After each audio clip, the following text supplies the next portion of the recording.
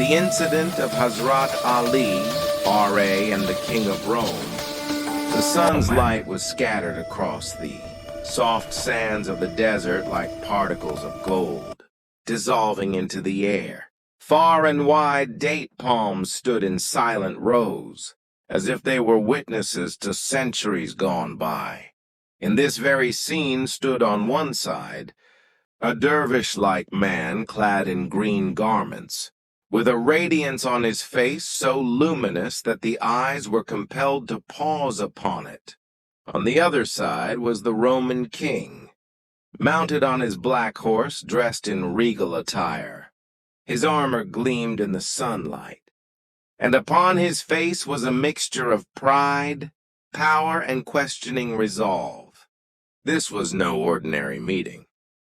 It was a confrontation between power and truth, pride and righteousness, worldly empire and spiritual greatness.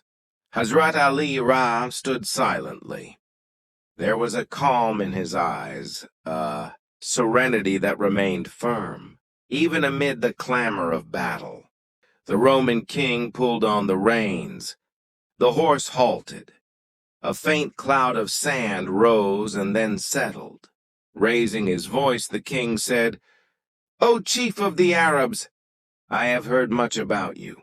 They say you are unmatched in battle and unequaled in justice. Today I wish to see for myself whether this is truth or mere legend."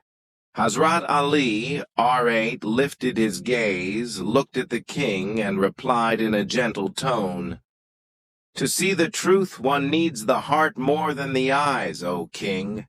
When the heart is closed, even the sun appears dark." For a moment, surprise crossed the king's face. But then he smiled faintly and said, "I am the King of Rome. My empire stretches from seas to mountains. Armies move at my command. Will you teach me matters of the heart?" Hazrat Ali, R.A., smiled, not with sarcasm, but with compassion, like a teacher smiling at an ignorant pupil. "An empire may rule the land, but not hearts. Hearts are enslaved only to the truth." This reply was unexpected for the Roman king.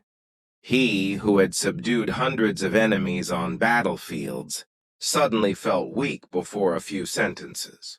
Changing the subject, he said, "If you are truly upon the truth, then tell me, what is power?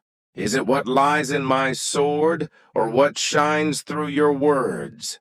Hazrat Ali, R.A., picked up a handful of sand from the ground and slowly let it fall. The grains scattered into the air. Power is that which makes a human truly human. A sword conquers bodies, but justice conquers hearts. The king fell silent.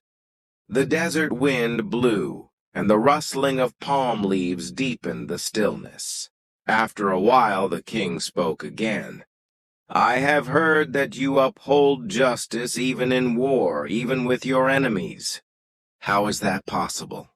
Hazrat Ali, Ray, looked toward the sky as if recalling an old memory. "Because we do not fight enemies. We fight oppression. When oppression ends, even an enemy becomes a fellow human being." Hearing this, the king's grip loosened involuntarily. He signaled to dismount, and with the clinking of armor, he stepped onto the ground. Now both stood on the same level. No throne, no horse, just two human beings.